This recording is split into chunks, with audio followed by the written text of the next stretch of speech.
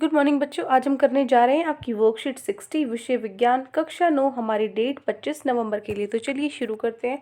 हम पढ़ रहे थे परमाणु की संरचना, कैसे परमाणु संरचित होता है, उसके अंदर क्या क्या होता है, और जो रदरफोर्ड है उसने परमाणु के बारे में कौन सा मॉडल निकाला। जैसे पिछली वर्कशीट में हमने किया था कि जो तरबूज है, तरबूज के साथ थॉमसन ने जो परमाणु है उसको कंपेयर, उसकी तुलना की थी तरबूज के साथ, है ना। तो रदरफोर्ड ने क्या किया था, रदरफोर्ड के मॉडल में क्या था, उसका एक्सपेरिमेंट क्या था, वो हम पढ़ेंगे। तो देखो रदरफोर्ड परमाणु मॉडल क्या है। सबसे पहले हमें पता है कि जो प्रोटॉन है, ये आपको पता होना चाहिए, उसकी खोज किसने की थी, ई गोल्डस्टीन ने की थी। अब आप लोग मुझे बताओगे कमेंट्स में कि इलेक्ट्रॉन की खोज किसने की थी, क्योंकि पिछली वर्कशीट में ही हमने पढ़ा था कि इलेक्ट्रॉन की खोज किसने की थी। आज हम पढ़ रहे हैं प्रोटॉन की खोज किसने की थी, ई गोल्डस्टीन ने। ठीक है, तो कमेंट्स में आप मुझे इसका आंसर बताएंगे।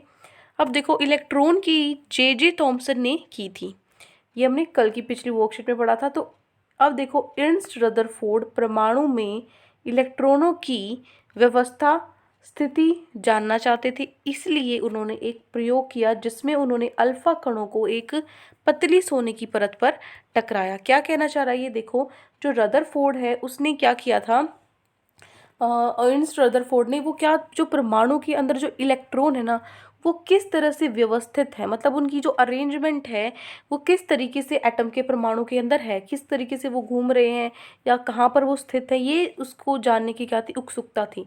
तो उसने क्या किया, इसलिए उन्होंने एक प्रयोग किया, उन्होंने एक एक्सपेरिमेंट किया जिसमें उन्होंने जो अल्फा के कण हैं उसको, अल्फा के कणों को सोने की परत पर टकराया। ठीक है, तो अपने प्रयोग के माध्यम से उसने दर्शाया, उसने अपने एक्सपेरिमेंट से दिखाया कि जो परमाणु है, परमाणु में अधिकतम स्थान क्या होता है, खाली होता है।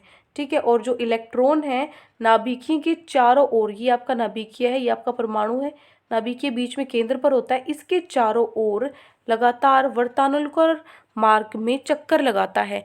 व्रत क्या होता है आपका, जो गोल सर्कल होता है आपका। ठीक है, तो वो क्या होता है, चारों तरफ नाभिकीय के चारों तरफ इलेक्ट्रॉन क्या करते हैं, चक्कर लगाते हैं। अब देखो उसने एक्सपेरिमेंट में किया क्या था, रदरफोर्ड का, ये देखो रदरफोर्ड का अल्फा कणों का परिकरण कर प्रयोग क्या किया था उसने, एक सोने की 1000 परमाणु मोटी परत को लेकर उस पर तेज गति से चल रहे अल्फा कणों को टकराया गया। देखो ये यहाँ पर आपको दिख रहा होगा कि 1000 परमाणु मोटी, क्योंकि एक आप बात देखो, जो परमाणु है वो हम अपनी आंखों से देख भी नहीं सकते, वो खुद इतना ज़्यादा छोटा होता है, जो उसकी 1000 परत भी होंगी ना वो भी बहुत ज़्यादा छोटी होंगी। ठीक है, अब आपने अपने घरों में देखा होगा, फॉइल पेपर देखा होगा जिसमें आप खाना लेकर जाते हो, है ना, सिल्वर कलर का होता है जिसको हम लपेटते हैं अपनी रोटी पे। तो वो क्या होता है, फॉइल पेपर सिर्फ उतना पतला होता है। ठीक है, तो एक सोने की 1000 परमाणु मोटी परत को लेकर उस पर तेज गति से चल रहे अल्फा कणों को टकराया। इस जो ये आपकी सोने की जो परत है, इस पे अल्फा के जो कण हैं उनको टकराया गया। जो अल्फा के कण है वो क्या है, वो धनावेशित हीलियम के आयन हैं, हीलियम के जो आयन हैं वो हैं ये अल्फा कण। ठीक है, तो ऐसा समझा गया था कि यह कण परावर्तित होंगे, क्योंकि एक परमाणु में प्रोटॉन होते हैं। क्या सोचा जा रहा था कि ये रिफ्लेक्ट हो जाएंगे, पर ये क्या होंगे, परावर्तित हो जाएंगे, टकराकर वापस मुड़ जाएंगे कहीं, किसी और डायरेक्शन में, किसी और दिशा में, क्योंकि परमाणु के अंदर क्या होते हैं, प्रोटॉन होते हैं, उनसे टकरा कर ये वापस आ जाएंगे।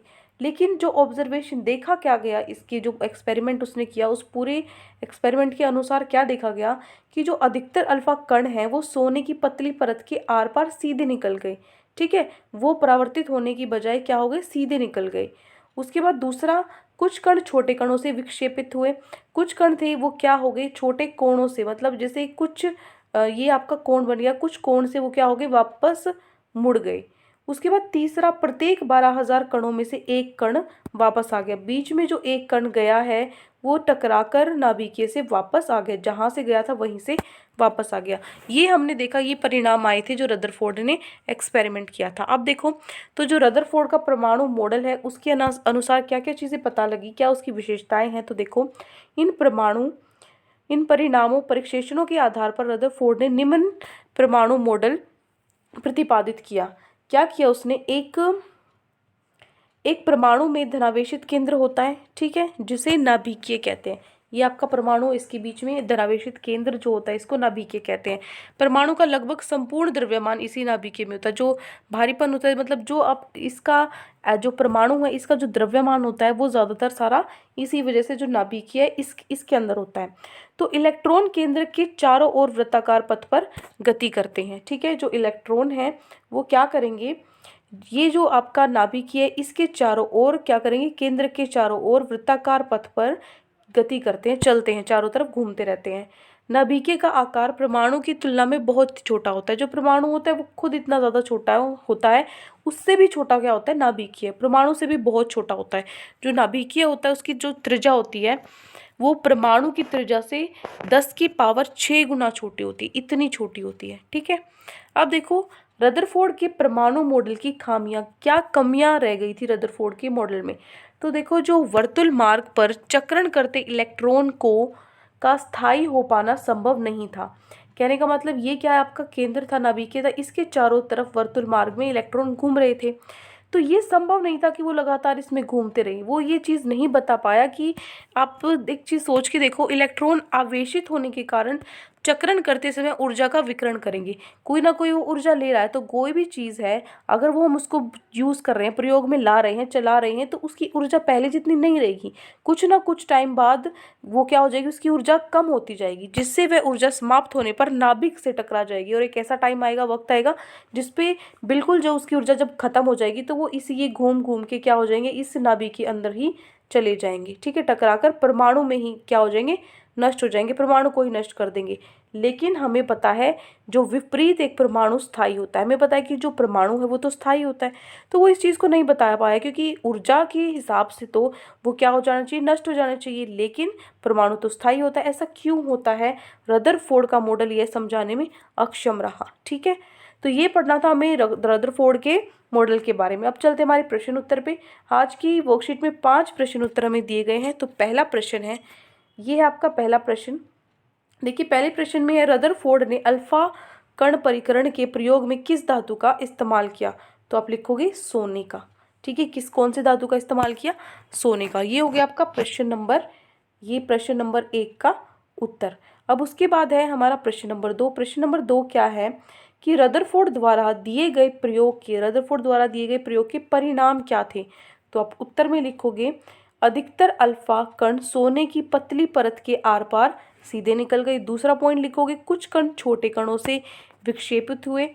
और तीसरे पॉइंट में लिखोगे, प्रत्येक 12,000 कोणों में से एक कण वापस आ गया। ठीक है, ये बेटा ये 2 जो पॉइंट लगे हुए हैं इसको काट लेना। ठीक है, ये गलती से लगे हुए हैं, तो ये 3 पॉइंट आपके हो जाएंगे। ठीक है, ये हो गया आपका प्रश्न नंबर 2। अब हम चलते हैं हमारे प्रश्न नंबर 3 पे।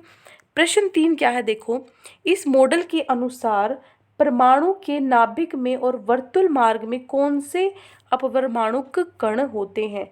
तो उत्तर में आप लिखोगे, परमाणु के नाभिक में तो क्या होते हैं, प्रोटॉन, और वर्तुल मार्ग में क्या होते हैं, इलेक्ट्रॉन होते हैं। ठीक है, तो ये हो गया हमारा प्रश्न नंबर 3। अब आते हैं प्रश्न नंबर 4 पे। प्रश्न नंबर 4 क्या है कि रदरफोर्ड के परमाणु मॉडल के मुख्य लक्षण लिखने हैं। तो पहला लिखोगे, रदरफोर्ड के परमाणु मॉडल के मुख्य लक्षण क्या है। पहला है, परमाणु में धनावेशित केंद्र होता है जिसे नाभिकीय कहते हैं। ठीक है, तो परमाणु का लगभग संपूर्ण द्रव्यमान इसी नाभिकीय में होता है। उसके बाद दूसरा और तीसरा पॉइंट, इलेक्ट्रॉन केंद्र के चारों ओर वृत्ताकार पथ पर गति करते हैं। नाभिकीय की आकार परमाणु की तुलना से बहुत ही छोटा होता है। ठीक है, ये है आपका उत्तर। ठीक है, ये आपका उत्तर नंबर 2 है। अब हम चलते हैं हमारे प्रश्न नंबर 3 पे। देखो, प्रश्न नंबर 5 पे। प्रश्न नंबर 5 क्या है, प्रोटॉन की खोज किसने की थी, अल्फा कण किसे कहते हैं। तो देखो, प्रोटॉन की खोज ई गोल्डस्टीन ने की थी। अल्फा कण धनावेशित हीलियम के आयन है। ठीक है, प्रोटॉन की खोज किसने की थी, ई गोल्डस्टीन ने, और अल्फा कण क्या है, धनावेशित हीलियम के आयन है। ये हो गया आपका उत्तर नंबर 5। तो ये 5 प्रश्न आज आपकी वर्कशीट में आपको दिए गए थे। आई होप आपको अच्छे से 5 प्रश्न और पूरी वर्कशीट समझ में आ गई है। कोई भी डाउट है पूरी वर्कशीट में तो कमेंट सेक्शन में आप मुझसे पूछ सकते हैं। और अगर आपको हमारी वीडियो अच्छी लगे तो हमारे चैनल को सब्सक्राइब भी कर सकते हैं। Thank you and have a great day.